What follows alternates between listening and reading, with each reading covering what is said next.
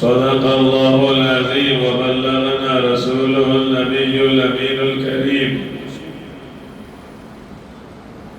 آئیے گنبد خضرا میں آرام فرمانے والے ایک بار آقا کی بارگاہ میں درود و سلام کا نذرانے پیش کریں. پڑھیں درود پاک.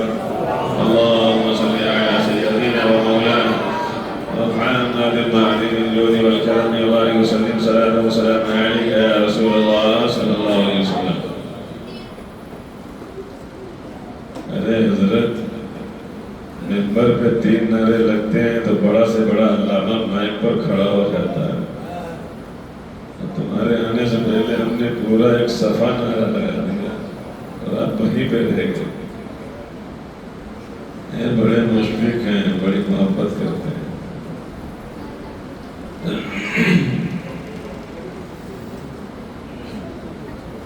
شاعر کہتا ہے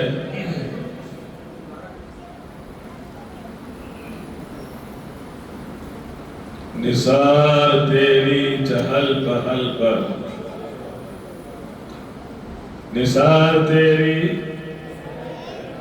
چہل پہل پر اور چہل پہل پر, نثار تیری چہل پہل پر ہزاروں عید ربیع الاول سوائے ابلیس کے جہاں میں سبھی تو خوشیاں منا رہے ہیں. یاد ہے شعر نہیں ہے تو یاد کر لو. اور شاعر کہتا ہے وہ ہر عالم کی رحمت ہے, وہ ہر عالم کی رحمت ہے, کسی عالم میں رہ جاتے. وہ ہر عالم کی رحمت ہے, کسی عالم میں رہ جاتے. یہ ان کی مہربانی ہے کہ یہ عالم پسند آیا. یہ آپ صلی اللہ علیہ وسلم کی مہربانی ہے کہ یہ عالم آپ کو پسند آیا. ہمیں فخر ہے کہ اللہ نے اپنا محبوب ہمارے درمیان میں مبعوث فرما دیا. اور ایک عاشق رسول جھوم کر کہتا ہے سنا ہے آپ ہر عاشق کے گھر, بولو بھائی تھوڑا بولو, سنا ہے آپ ہر عاشق کے گھر تشریف لاتے ہیں. ہمارے گھر میں بھی ہو جائے چراغاں یا رسول اللہ, ہمارے گھر بھی ہو جائے چراغاں یا رسول اللہ. ہر ابتدا سے پہلے ہر انتہا کے بعد نام نبی بلند ہے, نام خدا کے بعد دنیا میں احترام کے قابل جتنے ہیں لوگ ان سب کو میں مانتا ہوں محمد مصطفیٰ کے بعد. ہر ابتدا سے پہلے ہر انتہا کے بعد ذات نبی بلند ہے, ذات خدا کے بعد نام نبی بلند ہے, نام خدا کے بعد. اور اعلیٰ حضرت فرماتے ہیں صبح طیبہ میں ہوئی بڑھتا ہے باڑا نور کا, صبح طیبہ میں ہوئی بڑھتا ہے باڑا نور کا, اور صدقہ لینے نور کا آیا ہے تارا نور کا. صدقہ لینے نور کا آیا ہے تارا نور کا. میں گدا تو بادشاہ بھر دے پیالہ نور کا, نور دن دونا تیرا دے ڈال صدقہ نور کا. میں بات کرنے لگا ہوں اللہ کے نور, اللہ کے پیارے محبوب کے نور کو, نور کے متعلق. اب سنیں ذرا توجہ رکھیں میری بات کی طرف. اللہ نے قرآن کے اندر ارشاد فرمایا, کیا ارشاد فرمایا؟ قَدْ جَاءَكُمْ مِنَ اللَّهِ نُورٌ وَكِتَابٌ. بے شک اللہ کی طرف سے ایک کتاب آئی اور ایک نور. کتاب سے مراد قرآن پاک, قرآن پاک اللہ نے دیا. نور سے مراد ہمارے اور آپ کے آقا محمد الرسول اللہ صلی اللہ علیہ وسلم کی ذات۔ اب دیکھیے دنیا میں کچھ بھی نہیں تھا۔ اے میرے بچوں، اللہ کی ذات سے پہلے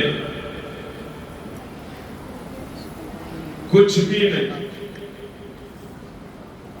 ایک وقت، ایک گھڑی، کچھ لمحہ یا کچھ صدیاں یا زمانہ کہہ سکتے ہو، ایسا تھا اللہ کی ذات کے سوا کوئی بھی نہیں تھا، صرف پاک پروردگار کی ذات، کچھ بھی نہیں۔ زمین و آسمان، چاند و سورج، فرشتے، عرش و کرسی، لوح، پانی، ہوا، مٹی، کچھ بھی نہیں، صرف اللہ کی ذات، صرف اللہ کی ذات۔ اللہ کا دوسریا، اللہ کے علاوہ کوئی دوسری چیز نہیں تھی۔ پھر کیا ہوا؟ دنیا کیسے وجود میں آئی؟ وہی سنانا چاہ رہا ہوں۔ حدیث پاک ہے، اللہ فرماتا ہے کنتو خزینا مخفیہ، میں ایک مخفی خزانہ تھا، ایک پوشیدہ خزانہ تھا۔ فَأَرَدْتُ أَنْ أَعْرَفَ فَخَلَقْتُ الْخَلَائِقَ كَيْ أَنْ أَعْرَفَ أَوْ كَمَا قَالَ۔ میں پوشیدہ خزانہ تھا، میں نے چاہا کہ میں پہچانا جاؤں، مجھے پہچانا جائے، لوگ میرے بارے میں جانے۔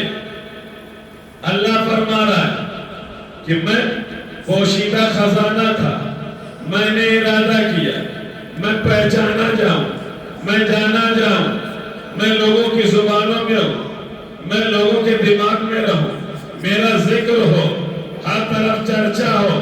تو اللہ فرماتا ہے پھر میں نے اپنے نور ہی سے، اب یہ اللہ خزانہ تھا کیسا، میں آپ کو بتانا چلوں۔ اللہ یہ ہے کیسا، اللہ یہ ہے کیا؟ یہ جسم و جسمانیت سے تو پاک ہے، تو پھر اس کے ہاتھ بھی نہیں ہے، اس کے پیر بھی نہیں ہے، اس کا منہ بھی نہیں ہے، اس کی زبان بھی نہیں ہے، اس کی آنکھ بھی نہیں ہے، جو انسانی اعضاء ہے، ان ساری چیزوں سے اللہ پاک ہے، تو پھر اللہ ہے کیا؟ اللہ کس چیز کا نام ہے؟ تو میں قرآن سے پوچھتا ہوں، اے قرآن ذرا بتا تو صحیح، تیرے اندر ہر چیز کا جواب ہے، ہر اعتراض کا جواب ہے۔ تو قرآن کہتا ہے اے پیارے کھول 18واں پارہ سورہ نور اور آیت کریمہ کی تلاوت کر۔ اللہ کے بارے میں جاننا چاہتا ہے، اللہ کی تعریف جاننا چاہتا ہے تو سن، اللہ یہ ہے کیا؟ اللہ خود فرماتا ہے کہ میں وہ ہوں، یہ قرآن کی آیت کہہ رہی ہے، اللہ نور السماوات والارض، اللہ کچھ نہیں ہے بلکہ اللہ زمین کا اور آسمان کا نور ہے، اس کا اجالا ہے، اس کا پرکاش ہے، اس کی لائٹ ہے، اس کی چمک اور دمک ہے۔ پتہ یہ چلا کہ اللہ نور ہے، اللہ لائٹ ہے، اللہ ایک پرکاش ہے، اللہ ایک اجالا ہے، زمین و آسمان کا اجالا۔ ان اللہ علی کل شیء قدیر۔ اللہ فرماتا ہے جہاں تم مجھے چاہو میں وہاں موجود ہوں۔ اللہ فرماتا ہے تمہاری شے رگ سے زیادہ میں قریب ہوں، اور شے رگ ہوتی ہے جو 3-4 نسیں ہیں، ان میں سے ایک شے رگ۔ اللہ فرماتا ہے کہ میں اس سے بھی زیادہ تمہارے قریب ہوں۔ اب اللہ خزانہ، تو پھر اللہ نے چاہا کہ میں پہچانا جاؤں، تو پھر اللہ نے کیا کیا؟ اللہ نے اپنے ہی نور میں سے ایک پورا نور، اللہ کی ذات، اسی نور میں سے اللہ نے اپنے نور میں سے تھوڑے سے نور میں سے اپنے محبوب کے نور کو پیدا فرما دیا۔ اب ابھی تک اب جب نور کو پیدا کیا تو دوسرا تو ہوا، لیکن ابھی کوئی ذات نہیں، نبی کا نور۔ اب وہ نور جو ہے، نور اللہ نے جب تک چاہا وہ گھومتا رہا، گردش کرتا رہا، گھومتا رہا، گردش کرتا رہا، چکر لگاتا رہا۔ پھر اللہ نے چاہا کہ اب میں دنیا قائم کروں، میں آسمان بناؤں، میں زمین بناؤں، اور میں اپنا محبوب پیدا کروں، لوگوں کے درمیان میں بھیجوں۔ اللہ اکبر۔ پھر کیا ہوا؟ اللہ رب العزت نے اپنے نبی کے نور ہی سے عقل کو پیدا کیا، قلم کو پیدا کیا، عرش کو پیدا کیا، زمین و آسمان کو پیدا کیا، اور مٹی آب و ہوا کو پیدا کیا۔ یہ بہت لمبی تفسیر تھی جو میں نے آپ کو ایک لائن میں چھوڑ کر سنا دی۔ اچھا، میں آپ کو تھوڑا سا علم سے متعلق بات کرتا ہوا چلو۔ میں نے حدیثیں پڑھی، ایک حدیث کے اندر اللہ کے رسول نے فرمایا اول ما خلق اللہ نوری، سب سے پہلے اللہ نے میرے نور کو پیدا فرمایا۔ ایک حدیث کیا پیدا فرمایا؟ میرے نور کو پیدا فرمایا۔ اللہ کے رسول نے دوسری حدیث میں ارشاد فرمایا اول ما خلق اللہ العقل، اللہ نے سب سے پہلے عقل کو پیدا فرمایا۔ اللہ کے رسول نے ارشاد فرمایا اول ما خلق اللہ القلم، اللہ کے رسول فرماتے ہیں کہ اللہ نے سب سے پہلے قلم کو پیدا فرمایا۔ ایک چوتھی حدیث اول ما خلق اللہ العرش، اللہ کے رسول فرماتے ہیں سب سے پہلے اللہ نے عرش کو پیدا فرمایا۔ اب بتاؤ سب سے پہلے اللہ نے کیا پیدا فرمایا؟ حدیثیں ہیں چاروں حدیثیں کہہ رہی ہیں، سب سے ایک حدیث کہہ رہی ہے نور والی، اللہ نے ہمیں سب سے پہلے پیدا فرمایا۔ قلم والی کہہ رہی ہے کہ اللہ نے ہمیں پیدا فرمایا۔ عقل والی حدیث کہہ رہی کہ سب سے پہلے اللہ نے ہمیں پیدا فرمایا۔ عرش والی حدیث کہہ رہی ہے اللہ نے سب سے پہلے ہمیں پیدا فرمایا۔ تو اب کیا مطلب ہے؟ یہ چاروں حدیثیں ایک دوسرے سے ٹکرانے لگی، لڑائی لڑنے لگی، ان میں جھڑپ ہونے لگی۔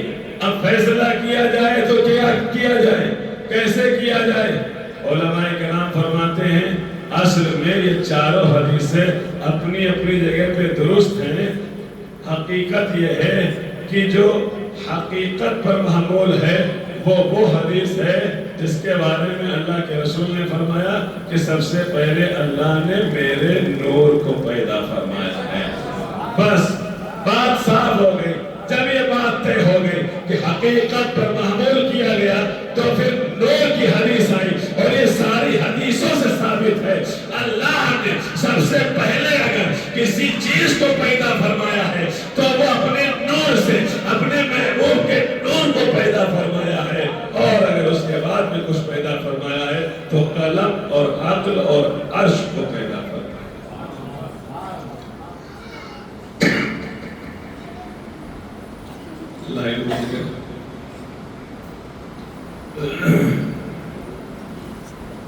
یہاں تک بات سمجھ میں آ گئی؟ اب سنو، اللہ نے اپنے نبی کے نور کو پیدا فرما دیا، اس کے بعد قلم کی باری آئی۔ اللہ نے فرمایا اے قلم اب تو پیدا ہو ہی گیا ہے تو ایسا کر لکھ دے۔ کیا کر دے؟ لکھ دے۔ قلم نے کہا یا ربی ماذا اکتب، اے میرے رب میں کیا لکھوں بتا تو۔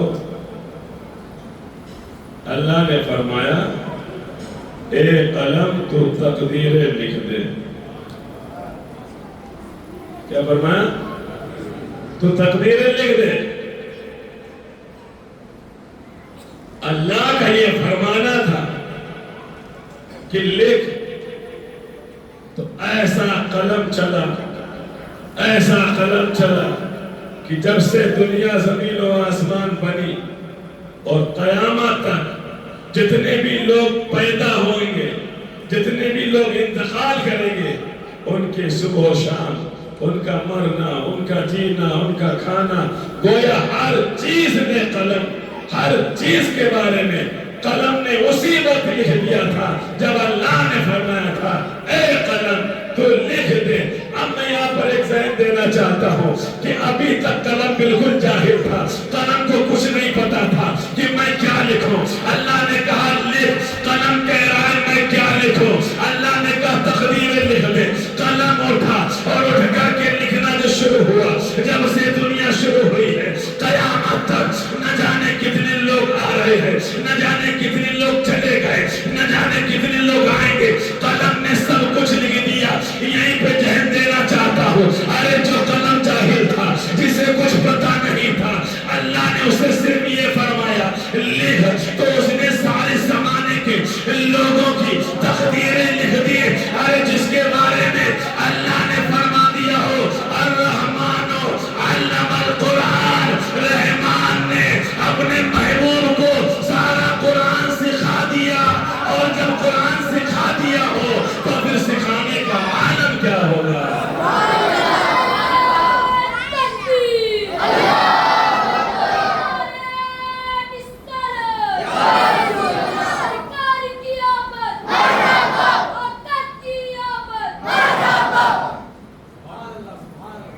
ادھر کہا لکھ تو اتنا علم آیا، اتنا علم آیا کہ پلک اوپر اٹھانا ہے کہ ادھر کرنا ہے کہ ادھر کرنا ہے، اور ایسا نہیں کہ کسی ایک کو چھوڑ دیا ہو۔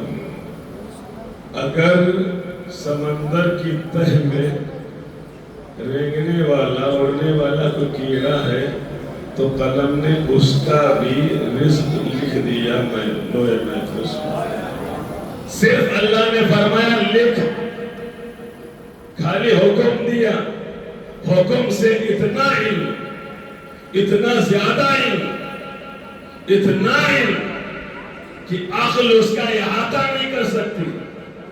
اور جس کو اللہ نے سکھایا ہو، سکھا دیا ہو، پڑھا دیا ہو، سب کچھ عطا کر دیا ہو، اس کے علم کا معاملہ کیا ہوگا؟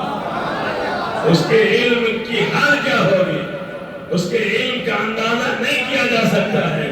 جب ان کے گلا پر دیتے ہیں شاہان زمانہ کی ٹھولی، محتاج کا جب یہ عالم ہے، مختار کا عالم کیا ہوگا؟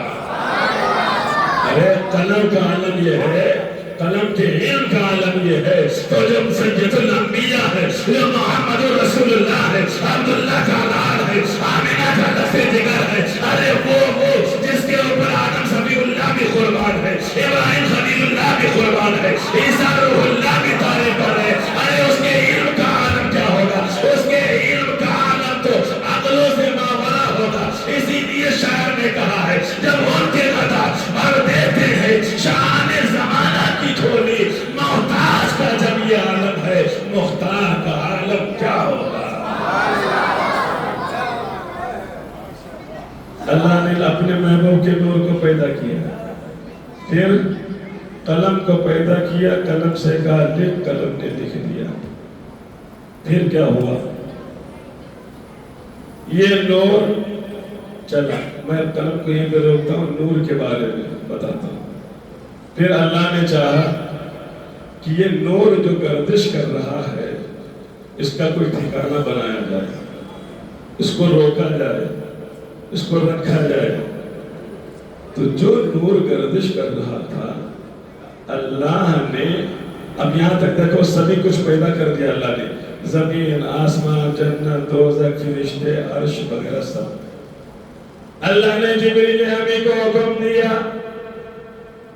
اے جبریل، یا رب جلیل، میں اپنا نائب بنانا چاہتا ہوں۔ مطلب اے پاک پروردگار، نائب کیوں؟ ارے میری عبادت کریں گے، میرا نام لیں گے، میری تعریف کریں گے۔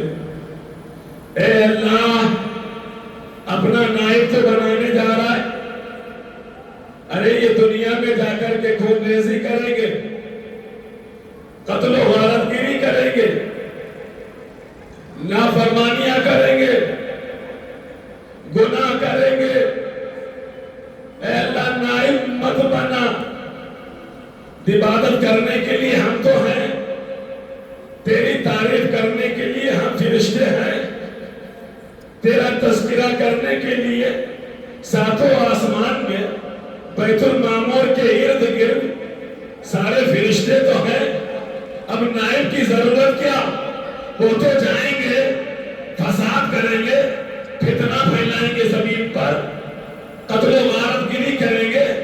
اللہ نے فرمایا اے جبریل انی اعلم ما لا تعلمون، میں جو جانتا ہوں وہ تم نہیں جانتے ہو۔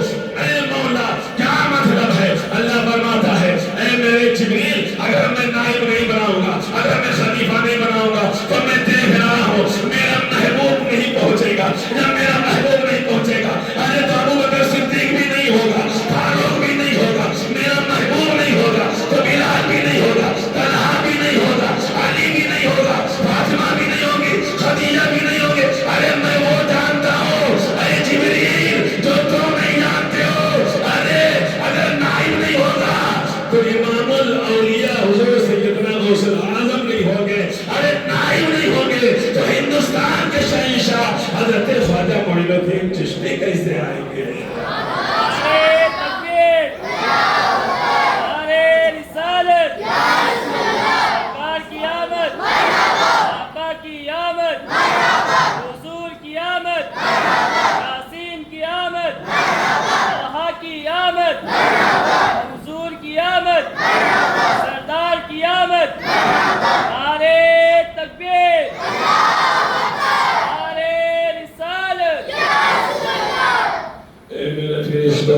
آج تک تم نے سجدہ کیا ہے، اے جبریل تو نے بھی سجدہ کیا ہے، ابلیس نے بھی سجدے کیے ہیں، سارے فرشتے سجدے کر رہے ہیں، لیکن ایسا سجدہ آج تک نہیں مجھے ملا ہے جو سجدہ میں دیکھ رہا ہوں کہ جب میں نائب بناؤں گا تو میرے محبوب کا نواسا اپنے لشتے جگروں کو، اپنے کنبے والوں کو کربلا کی سرزمین پر جائے گا اور ایسا سجدہ کرے گا، ایسا سجدہ کرے گا کہ سجدے میں جاتے ہوئے تو دنیا دیکھے گی لیکن اٹھتے ہوئے کوئی بھی نہیں دیکھے گا، اور ایسا سجدہ کرے گا کہ تمہیں بھی ناز ہوگا، تمہیں بھی فخر ہوگا، میرے محبوب کو بھی فخر ہوگا اور اس سجدے کے اوپر مجھے بھی فخر ہوگا۔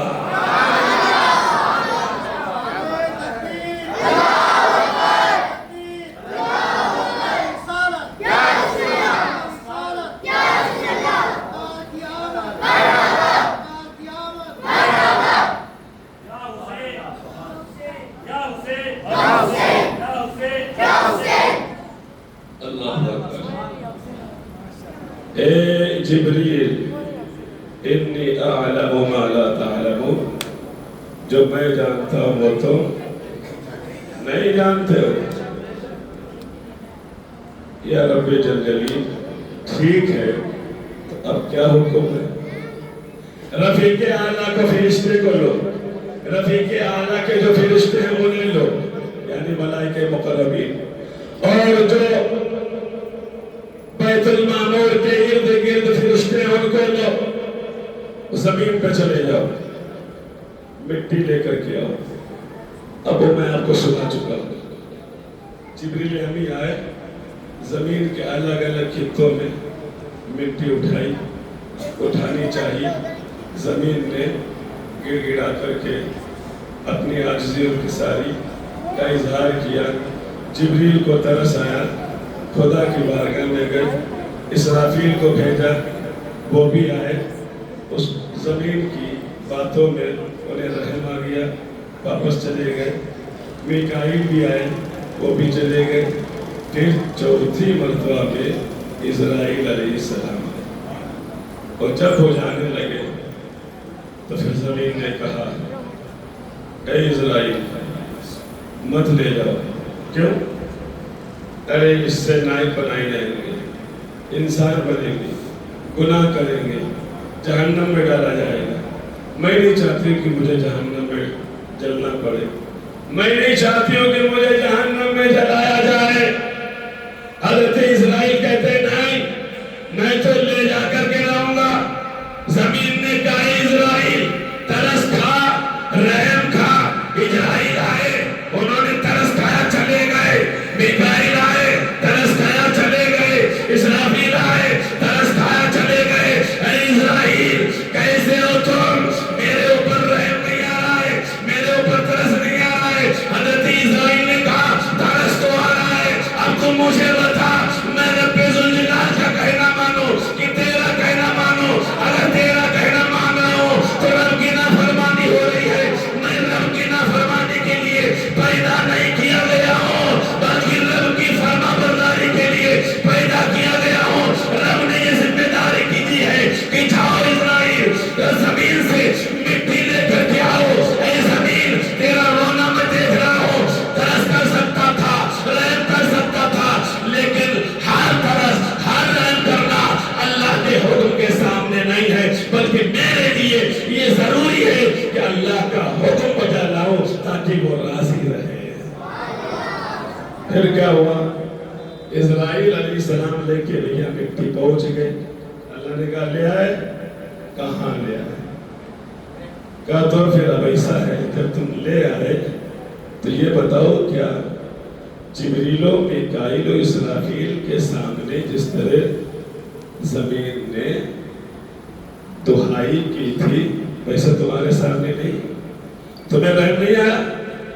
کہے رب کائنات دہائی تو بڑی تھی، بڑا اس نے جو ہے استغاثہ پیش کیا، لیکن اے رب کائنات میں اس کا حکم مانتا کہ تیرا حکم مانتا؟ میں تو تیرے حکم پر معمول ہوں، تو میں کیسے اس کی مان لیتا؟ اللہ نے ارشاد فرمایا اے اسرائیل، اب آج کے بعد میں جب بھی کوئی نائب خلیفہ آدم کی اولاد اس کا وقت پورا ہوگا تو اس کی روح قبض کرنے کے لیے اب تو بھی جاؤ گے۔ جبھی سے اللہ نے حضرت اسرائیل السلام کو پلٹ کر دیا۔ پھر کیا ہوا؟ مٹی کو گوندا گیا، اس کے اوپر 40 دن تک بارش ہوئی۔ کتنے دن تک؟ 40۔ اور 40 دنوں میں 39 days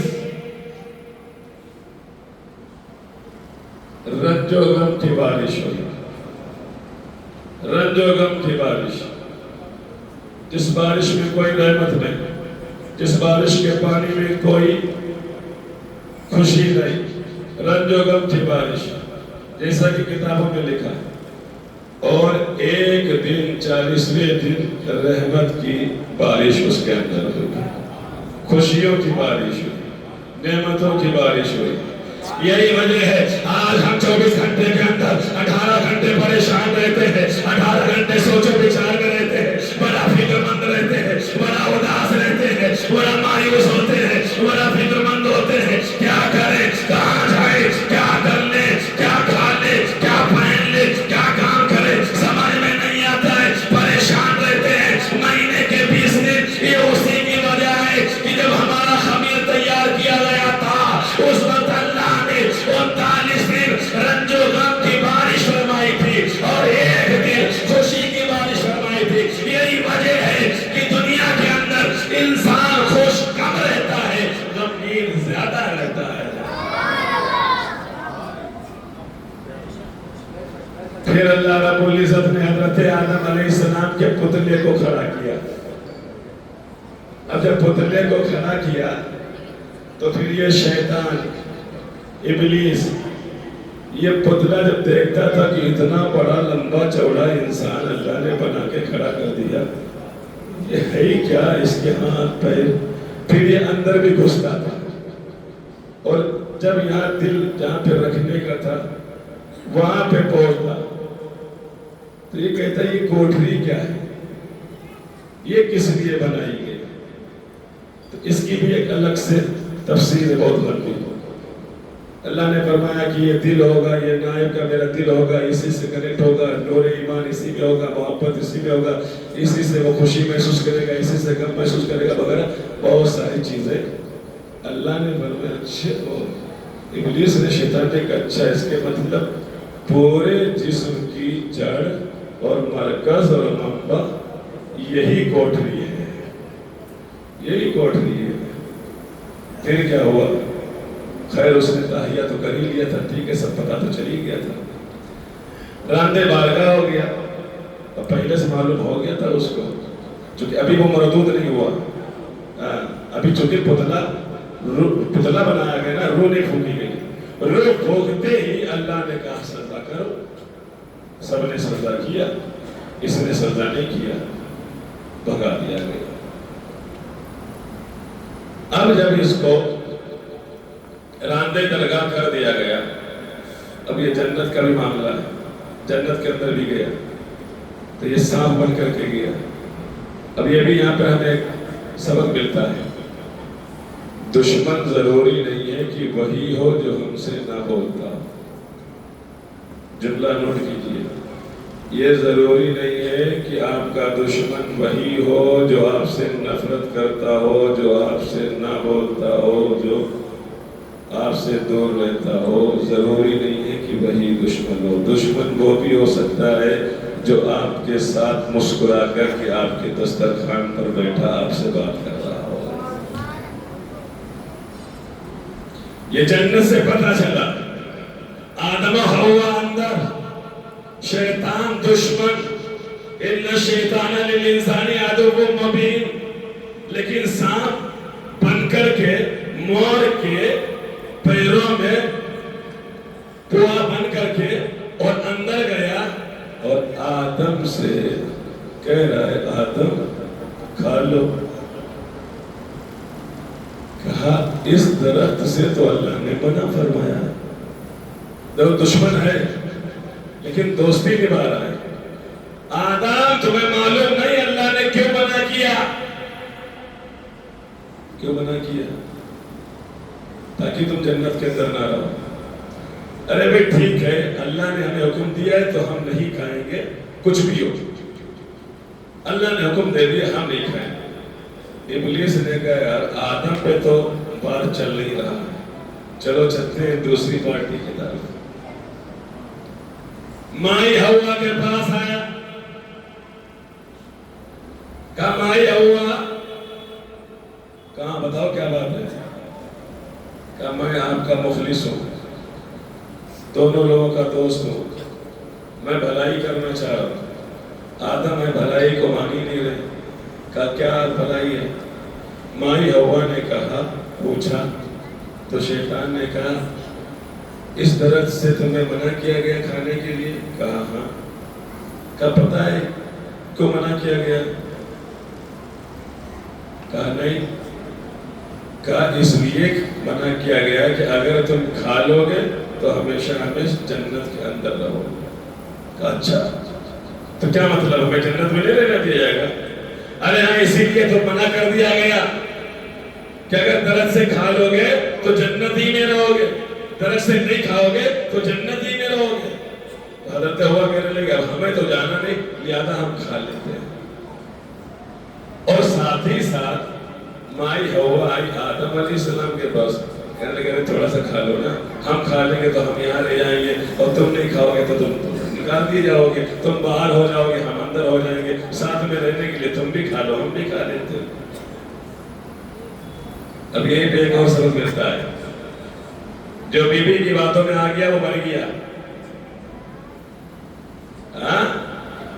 جو عورت کی بات میں آ گیا پھنس گیا۔ سننی چاہیے لیکن بات اور فیصلہ اپنا ہونا چاہیے۔ سنے سب کی، کرے من کی، سنے سب کی اور مسکرائے سب کی پر، اور کرے وہ جو عقل میں آئے، جو مناسب ہو، جو شریعت کا تقاضا کرے، جو اللہ اور اس کے رسول کو راضی کرے۔ آدم عورت کے چکر میں آ گئے.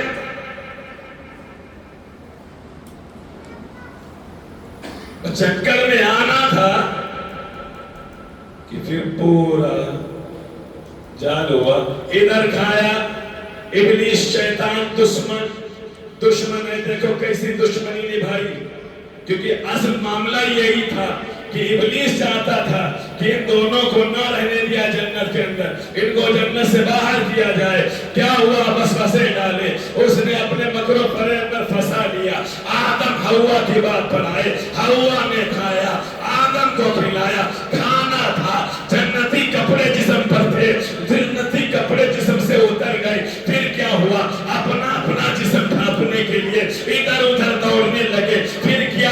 جنتی پتوں سے پھر اللہ نے حکم فرمایا, اے آدم, اے حوا, تم نے ہماری نافرمانی کی, لہذا اب تم جنت میں نہیں رہو گے بلکہ اب تمہیں زمین پر جانا ہوگا. حضرت آدم کو, حوا کو, شیطان کو, مور کو, سانپ کو, سب کو اللہ نے زمین پر بھیج دیا. نافرمانی ہوئی, لغزش ہوئی, نافرمانی نہیں کہیں گے, لغزش ہوئی. پھر کیا ہوا آپ سب جانتے, 300 ساڑھے 300 برس آپ روتے رہے. بس یہیں پر رک جائیے. اب کل دیکھیں گے آگے کیا ہوتا ہے اور کہاں تک بات چلتی ہے انشاءاللہ. میرے کہنے میں, آپ حضرات کے سننے میں اگر کوئی لغزش, خامی, غلطی, بے ادبی, نامناسب لفظ نکلا ہو یا نکال دیا ہو, سہباً قصداً عمداً, ہم ایک دوسرے کو گواہ بنا کر کے توبہ کرتے ہیں. اللہ ہماری توبہ قبول فرمائے. ایک بار بلند آواز سے کلمہ طیب پڑھیں, لا الہ الا اللہ محمد رسول اللہ صلی اللہ علیہ وسلم وما علینا الا البلاغ. السلام